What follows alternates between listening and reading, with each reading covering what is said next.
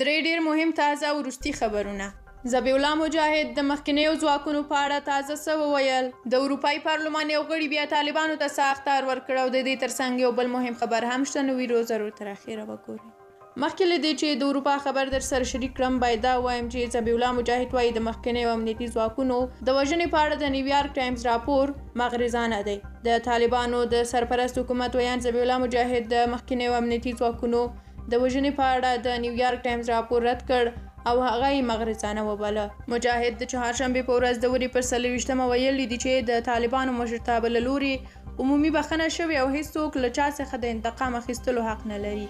د نوموړي په خبره نیویارک ټایمز د داسې بې بنسټه راپورونو په خپرولو د افغانانو ترمنځ تربګنۍ او دښمنۍ ته لمن وهي. نیویارک ټایمز په یو څېړنیز راپور کې ویلي و چې افغانستان کې د طالبانو د واکمنۍ په لومړیو شپږو میاشتو کې د مخکینی حکومت نږدې 500 کارکونکي او د امنیتي ادارو پوځیان د طالبانو له لوري یا وژل شوي او یا هم لا درکه شوي دي. نیویارک ټایمز ورځپاڼه وایي چې د غچ اخیستنې په اړه دا څېړنیز راپور د بشر حقونو له سازمانونو او د افغانستان په لر او بر کې له 9 خبریالانو سره په ګډه د قربانیانو د کورنیو له غړو او د هغو کسانو د خبرو پر بنسټ چمتو کړی دی چې د غچ اخیستنې له دغو پیښو ژوندي وتلي دي. نیویارک ټایمز په دغه څېړنیز راپور کې دا کړې ده چې ځینو برخو کې د طالبانو لخوا اعلان شوې ټولبخښنه د دې لپاره وه چې د مخکیني حکومت کسان ځانونه ښکاره وروسته یې ونیسي.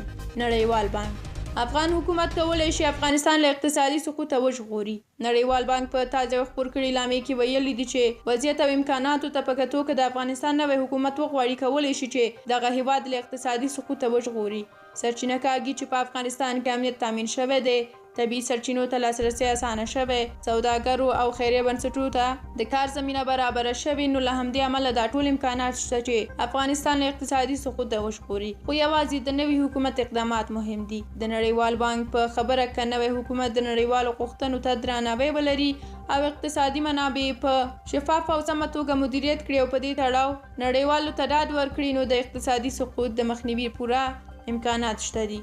نړیوال بانک وایي چې د نړیوالې ټولنې په غوښتنو کې د بشري حقونو مخنیوي پوره امکانات شته دي. نړیوال بانک وایي چې د نړیوالې ټولنې په غوښتنه کې د بشري حقونو رعایت، د نجونو د زده کړو او کار حق درناوی او نور هغه موارد شامل دي چې د افغانانو په ګټه دي. او دریم خبر همدا چې د اروپا پارلمان یو غړي چې کابل ته په سفر راغلی دی وایي که د افغانستان اسلامي امارت د افغانانو غوښتنو ته ارزښت ورنکړي نو د نړیوالې ټولنې له لوري به یې د رسمیت پیژندنې چاره ممکنه نشي. د اروپایي پارلمان دغه جرمنۍ غړي انان ویمن ویلي دي چې د افغانستان له اسلامي امارت سره تعامل ښه دی، خو په وینا یې چې تر هغو به په رسمیت ونه پیژندل شي چې د افغانانو حقونو ته درناوی ونه کړي. د دغه راز د نجونو د ښوونځیو پر پرانیستلو هم ټینګار کړی دی. افغانستان ته د اروپایي پارلمان د غړي سفر او دا څرګندونې په داسې حال کې دي چې د افغانستان بانک شاوخوا 2 میلیارډ ډالر شتمنۍ په اروپایي بانکونو کې له دې کبله کنګل کړي دي چې د افغانستان سرپرست حکومت ورته لاسرسی ونه مومي. دې چارې د افغانستان مالی او بانکي سکتور د ماتېدو تر بریده رسولی دی. ډیره مننه چې ویډیو مو تر اخره ولیدله. د سوله افغان یوټیوب چینل نورو ویډیوګانو لپاره سبسکرایب تڼۍ کېکاږئ. تر بیا یو بلې ویډیو د خدای په امان.